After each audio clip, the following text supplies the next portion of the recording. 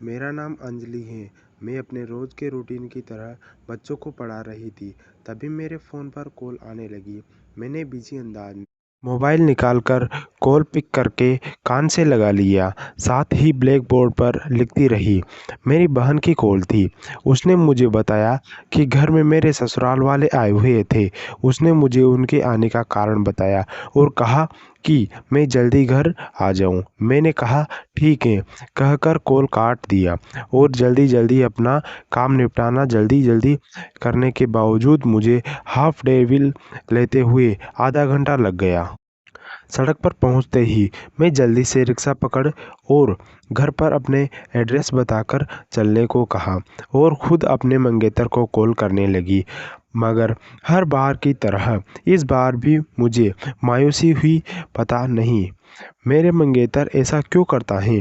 वह सच में ही मैं कहीं बिजी होता जाता था या जानबूझकर कॉल नहीं उठाता था। इस बात का फैसला मैं आज तक नहीं कर पाई थी।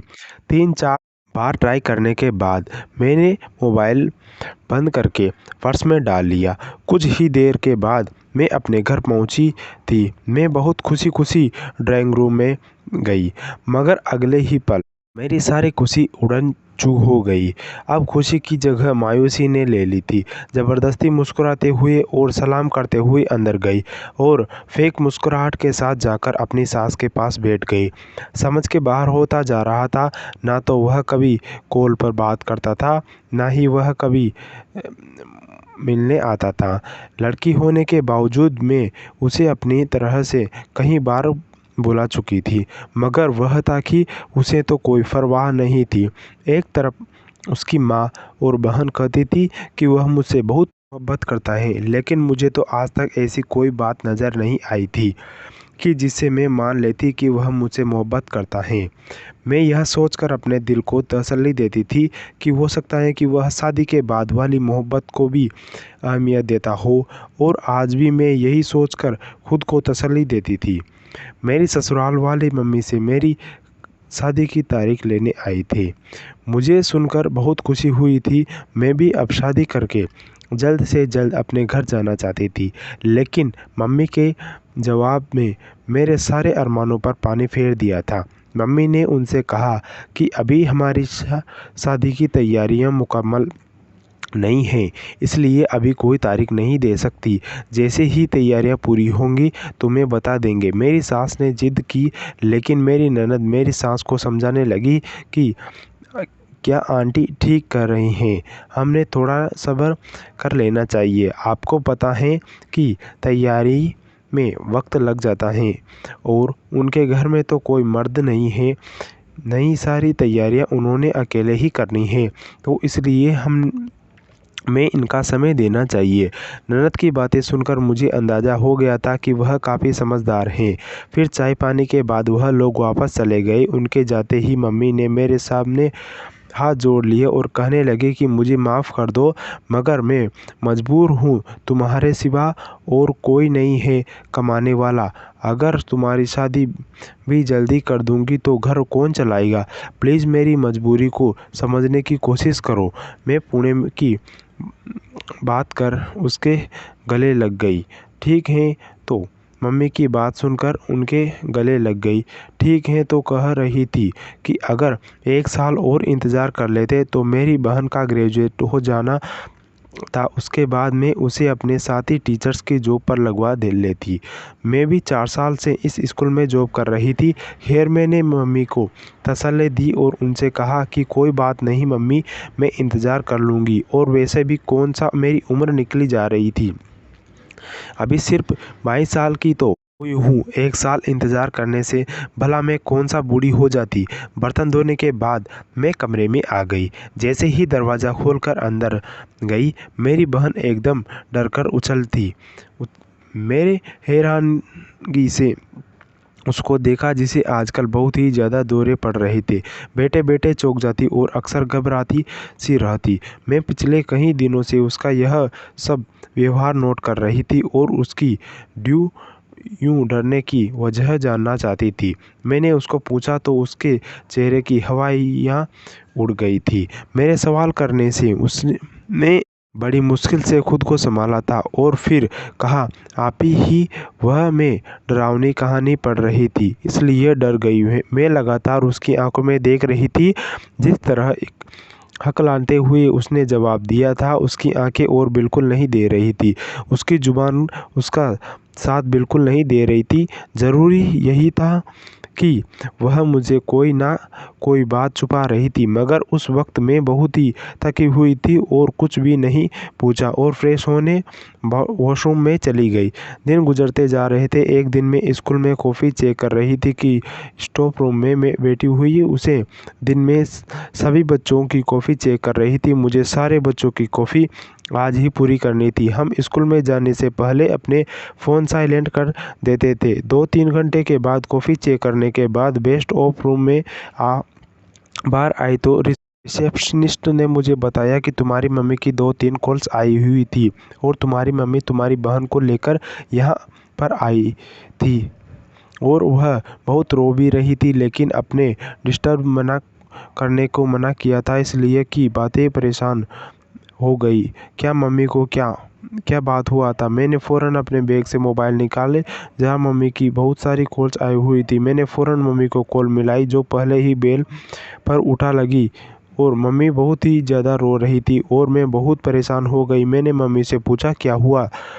तो मम्मी ने रोते हुए मुझे घर आने को कहा। मैंने बात कही तो मुझे छुट्टी नहीं मिली क्योंकि बच्चों के एग्ज़ाम चलने वाले थे और मुझे वर्क करना था।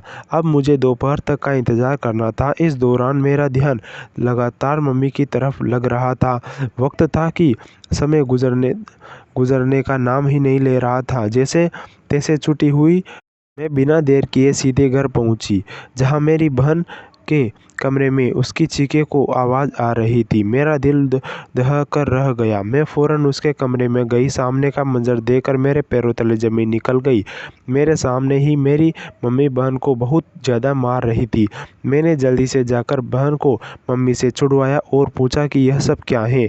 तो मम्मी कहने लगी कि इसी से पूछो, इतनी सी उम्र में यह मुँह काला करके आई है, कहीं मुँह दिखाने के लायक नहीं छोड़ा है। लोगों को क्या जवाब दूंगी? मम्मी की बातें सुनकर जैसे ही सर पर आसमान टूट पड़ा हो।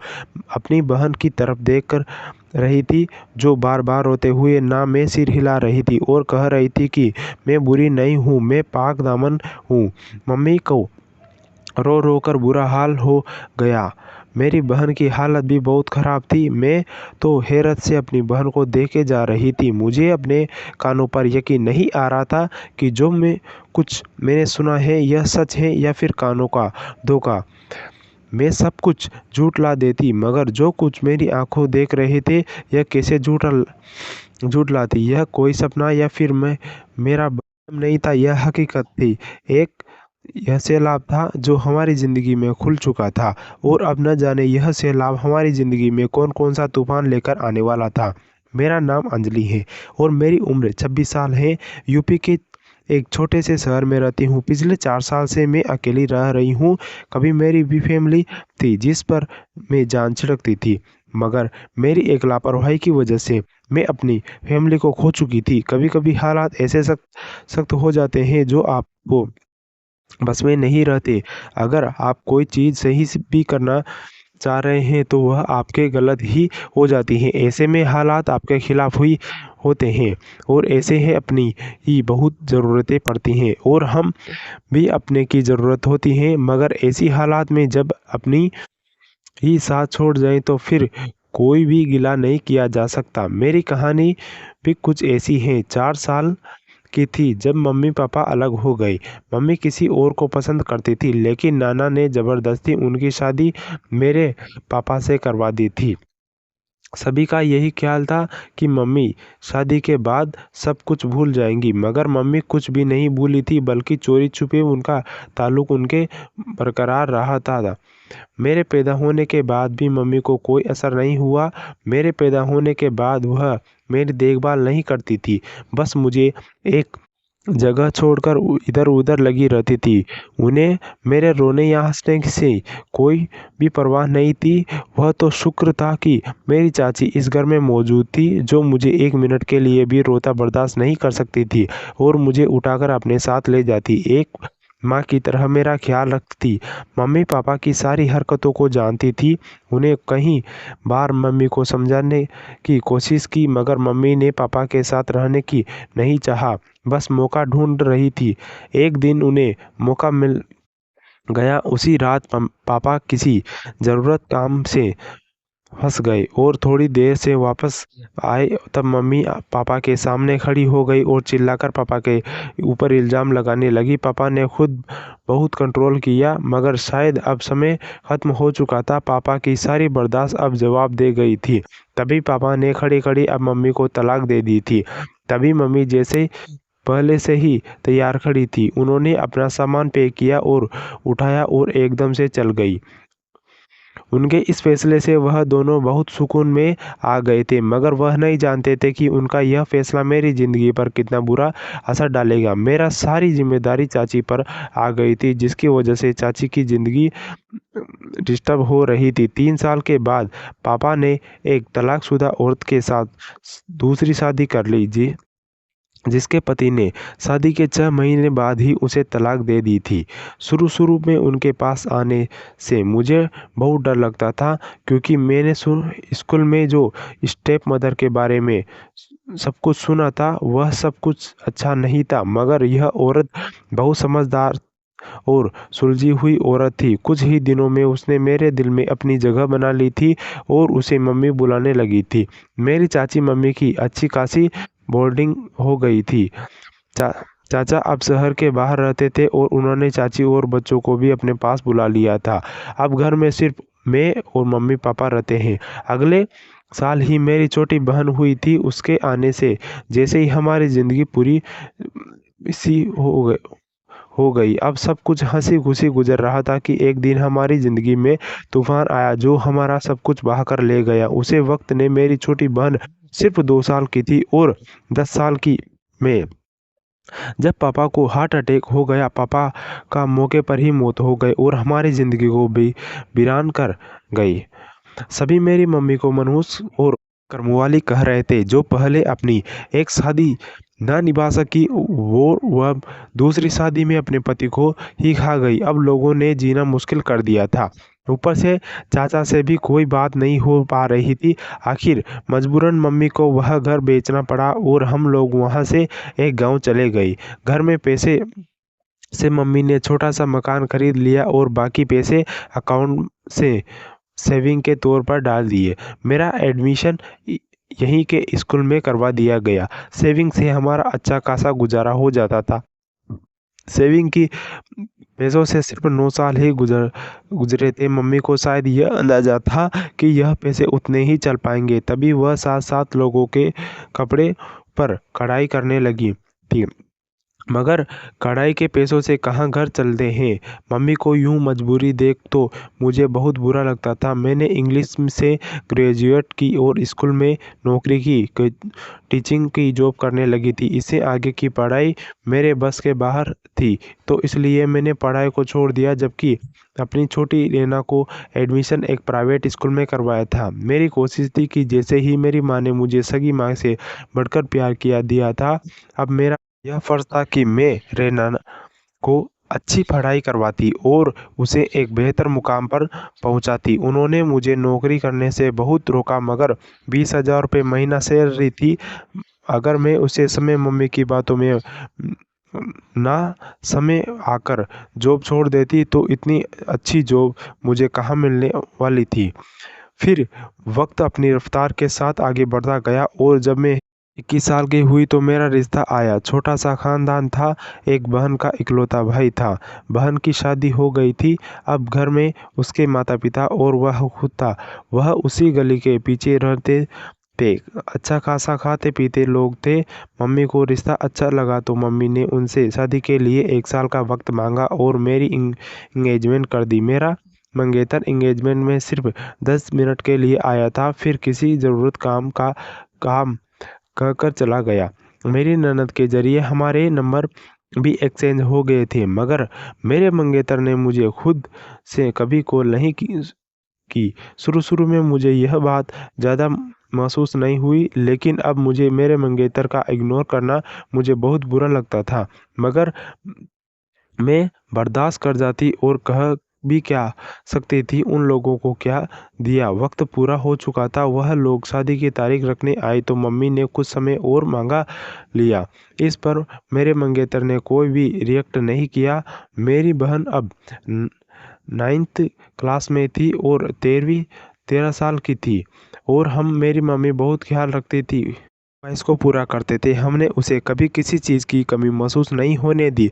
वह बहुत लाडली थी, मगर मैंने जो आज खबर सुनी थी, मुझे समझ में नहीं आ रहा था कि ये क्या रिएक्ट करूं। न जाने हमारी परवरिश में कहाँ कमी रह गई थी, हमें कहाँ भूल हो गई थी जो उसे इतना बड़ा कदम उठा लिया। मम्मी ने मुझ पर जो धमाका किया था, बहुत देर तक मैं अपने होश में नहीं रही। मम्मी ने कहा कि जब हिना स्कूल में वापस आई तो उसको तबीयत बहुत ख़राब थी, उसे चक्कर आ रहे थे, साथ में उसे पेट भी दर्द कर रहा था। तभी मम्मी ने मुझे कॉल की, लेकिन जब मुझे कोई बात नहीं हुई तो मम्मी उसे लेकर अस्पताल आ गई। उसकी हालत देखकर डॉक्टर को कुछ शक हुआ तो उसने कुछ टेस्ट किया। टेस्ट की रिपोर्ट पॉजिटिव निकली और डॉक्टर शक सच में बदल गया। उसकी रिपोर्ट चेक कर मेरी 16 साल की बहन की माँ बनने की खबर सुन रही थी। मैंने बहुत मुश्किल से कुछ खुद पर कंट्रोल किया और अपनी बहन की तरफ गई ताकि उससे पूछ सकूं उससे यह हरकत क्यों की और उसने अपने किरदार पर इतना बड़ा दाग लगवा लिया और कैसे। कभी मेरा सवाल मुंह में ही था, तभी अपनी जगह में एक झटके में उठी और रोते हुए कहने लगी कि मैं बेकसूर हूँ, पाक दामन हूँ। यह कहते ही भाग गई और दूसरे कमरे में चली गई। उसने कमरे का अंदर से बंद कर दिया और मैंने मम्मी को उठाया और उनके कमरे में ले गई। मम्मी किसी भी तरह से संभलने में नहीं आ रही थी। सदमा बहुत ही बड़ा था। मम्मी के नाचने समय ही शक्ति खत्म हो गई थी, मगर मुझे आराम से समझदारी से काम लेना था और इस परेशानी से निकलने के लिए कोई ना कोई हल निकालना था। और मैंने कई बार जाकर अपनी बहन के कमरे का दरवाज़ा खटखटाया, मगर उसने दरवाज़ा नहीं खोला। मैं उससे पूछना चाहती थी कि उसके साथ किसने जुल्म किया था या फिर वह खुद ही, लेकिन इ- एक इतनी छोटी सी बच्ची ऐसा कैसे कर सकती है, यह मेरे समझ में नहीं आ रहा था। हार कर मैं अपने कमरे में आ गई और अगली सुबह में उठने से पहले ही वह स्कूल जा चुकी थी। मैं मम्मी को टेक्स्ट करने का बोला और स्कूल चली गई। पूरा दिन मेरा दिमाग खराब रहा, बदनामी का डर सर चढ़कर बोल रहा था। मैंने अपनी एक कॉलिंग को मसला बताया और उसने मुझसे कहा कि अभी शुरुआत है, तुम अपनी ये बहन को अबॉर्शन करवा दो। मैं घर जाकर बहन से बात की, मगर मेरी बहन एकदम अकड़ गई। वह मेरा दिमाग खराब रह गया, बदनामी का डर सर चढ़कर बोल रहा था। मैंने अपनी एक कलीग को मसला बताया। उसने मुझे कहा कि अभी शुरुआत है, तुम अपनी बहन का अबॉर्शन करवा दो। मैं घर जाकर मम्मी से और बहन से बात की, मगर मेरी बहन एकदम अकड़ गई। तो और ऐसा नहीं चाहती थी। उसे न तो बदनामी का डर था और न ही अपने किरदार पर लगे दाग का, बल्कि बहन सकन से बैठी थी जैसे कुछ हुआ ना हो। मगर मैं सुकून से नहीं थी। मगर मेरे ससुराल वालों को इस चीज़ की भनक भी पड़ जाती तो वह रिश्ता भी ख़त्म करने के लिए सेकंड की देर न लगाते। मुझे कुछ भी करके इस झंझट को ख़त्म करना था, क्योंकि यह सिवाय हमारे लिए बदनामी के कुछ न था। जितना इस मामले को बढ़ाया जाता है उतना ही हमारे लिए मुश्किल पैदा होती है, क्योंकि मेरी बहन की तबीयत गिरती जा रही थी। उसकी बदलती पीली रंगत किसी को भी शक में डाल सकती थी। इसलिए मम्मी को उसका स्कूल छुड़वा दिया। वह पूरी तरीके से कमरे में होकर रह गई। मैंने हर तरह की कोशिश करके देख ली कि वह किसी भी तरह से यह दाग मिटा दे, लेकिन वह राजी नहीं हुई। मैं किचन में खड़ी दूध गर्म कर रही थी, यह सोच लगातार बहन की तरह भी दूध गर्म करने के लिए मैंने एक गिलास में डाला और अपनी जेब से एक छोटी सी शीशी निकाली। उस शीशी में अबॉर्शन की दवाई थी। मैंने वह शीशी खोली और दवाई गिलास में मिलाने लगी। मेरे हाथ कांप रहे थे और मैं किसी की जान लेने जा रही थी, लेकिन यह समय उसके भले के लिए था। तो कह रही थी कि मैं अपनी बहन को यूँ अपनी आंखों के सामने उसकी ज़िंदगी बर्बाद करने हुए नहीं सकती। वह खुद बच्ची ही तो वह बच्चा कैसे संभालती? वह एक नाजायज़ औलाद लोगों तो उसको ताने देकर ही मार डालेंगे। दुनिया की ऐसी औरतों को नहीं जान देते। यह तो एक औरत भी नहीं थी, उसे खुद पर इतना बड़ा जुल्म नहीं करने से दे सकती थी। इसलिए मैंने दवाइयाँ मिला दी और ऐसे सांप भी मर गया और लाठी भी ना टूटे। दवाइयाँ गिलास में मिलने के बाद मैं शीशी बंद करके दोबारा जेब में डाली और फिर चम्मच लेकर दूध में अच्छी तरह से दवाइयाँ मिक्स करवा दी। दूध का गिलास लेकर अपनी बहन की तरफ जाने लगी। मैं सोच रही थी कि जो काम कर रही हूँ वह गलत है, मगर मेरी नीयत गलत नहीं थी। मैं तो बस परेशानी से छुटकारा चाहती थी ताकि हम सब पहले से ही तरह सुकून से ज़िंदगी गुजार सके। और उसके कमरे में गई तो वह बेड पर लेटी हुई थी। मैंने उसे जाकर दूध दिया और कहा कि इसे पी लो, मैंने अभी गर्म करा है। वह मेरे हाथ से दूध लेकर पीने लगी और अजीब नज़रों से मुझे देखने लगी। वह बहुत गौर से मेरी तरफ देख रही थी। मुझे उसकी नज़रों से डर लगने लगा। मैं उठकर अपने कमरे में आ गई के बाद मैं रोज़ उसे दूध के ज़रिए दवाइयाँ की एक डोज देने लगी। एक हफ्तों में वो उसका नतीजा मिलना शुरू हो गया। हालांकि दवाइयाँ की पहली बार ही में ही मिलना शुरू हो जाना चाहिए था, मगर शायद हल्की डोज की वजह से इतना वक्त लगा गया था उसे। दिन में मैंने उसे दूध में दवाइयाँ मिलाकर दी और सोने के लिए कमरे में आ गई। सुबह में उठ के स्कूल चली गई और सुबह के स्कूल जल्दी गई थी। हमें तैयारियां शुरू करनी थी। मैंने अपनी डायरीज तैयार नहीं की थी, जिस वजह से मैं अपनी जल्दी चली गई थी। इस बात से मैं अनजान थी कि मेरे पीछे घर में क्या होगा। उस दिन टीचर पेरेंट्स मीटिंग थी, तो इसलिए सब टीचर्स का फ़ोन लेकर ऑफ कर दिया था। मगर तकरीबन पूरा दिन बहुत बिजी रहे। 12 बजे मीटिंग खत्म हुई तो मैं घर पहुंची। रात भी नहीं सो पाई थी बहन की टेंशन की वजह से। मैं इसलिए नींद से मेरा बहुत बुरा हाल था। तो मैं ऐसे ही मोबाइल लेकर बैंक में डाल दे और ऑन भी नहीं किया। घर पहुंची तो पूरी तरीके से सन्नाटा था। मुझे एकदम से परेशानी हुई। उसे वक्त तो मम्मी और मुझे मेरी छोटी बहन थी और उनकी आवाज़ बाहर तक आ रही थी। सिंह सिंह किसी बार किसी अनहोनी का पता दे रही थी। मैं धड़कते दिल के साथ अंदर गई। मम्मी को लूटे फूटे हाल में देखकर मेरी नींद एकदम उड़ गई। मैं फ़ौरन भाग कर मम्मी के पास गई। मम्मी ज़ोर ज़ोर से रोटी। जब मैं थोड़ी संभलती तो मैंने से पका अगले ही दी। जब मम्मी थोड़ी संभलती तो मैंने मम्मी से पूछा। अगले ही पल मम्मी ने मेरे मुंह पर थप्पड़ मारा और फिर अगली बात ने मेरे पैरों तले ज़मीन खींच ली। मम्मी ने कहा कि कैसे पत्थर दिल हूँ, मैंने अपनी बहन की जान ले ली थी। मैं हैरान से अपनी मम्मी की बात सुनकर मम्मी मुझे कहने लगी कि तुम्हें शर्म नहीं आई? तुमने तुम्हारे बच्चे की जान ले ली। मैंने तुम्हें माँ से बढ़कर प्यार किया था, तुमने मेरी बच्ची को ही मार दिया। मैंने तुमसे यह क्या दुश्मनी थी? मेरी सफाई में कुछ कहने लगी कोशिश की, लेकिन मम्मी ने मेरी कोई बात नहीं सुनी। मैं चुपचाप खड़ी मम्मी को इल्ज़ाम सुनती रही। मम्मी सही तो कह रही थी। मेरी दी गई दवाइयों को वजह से मेरी बहन मरी थी, क्योंकि वह खुद भी बच्ची थी और दवाइयों को बर्दाश्त नहीं कर पाई थी और ज़िंदगी की बाजी हार गई। मम्मी ने मुझे मरी बहन तक का जनाजा नहीं दिखने दिया। थोड़ी देर में मेरे ससुराल वाले पहुंच चुके थे। यह सब वहां बताया कि छिपकली वाला दूध पीने की वजह से, जहर की वजह से मेरी बहन की मौत हुई थी। हकीकत से सिर्फ मैं और मेरी मम्मी की वाकिफ थे। कुछ देर बाद मेरी बहन को दफना दिया गया और मुझे मेरी बहन के आखिरी दीदार से भी महरूम कर दिया गया था। मेरी ज़िंदगी अपनी रूटीन पर आ गई थी। इस बीच में मैंने मम्मी को मनाने की पूरी कोशिश की। दिन रात मेरी बहन मेरे सपनों में आती थी और मुझे अपनी जान का हिसाब मांगती थी। शुरू में अपना वहम समझकर भूल गई, मगर अब मुझे सच में ख्वाब आने लगे तो मैंने फैसला किया थोड़े दिन के लिए यहाँ से दूर चली जाती हूँ। जगह की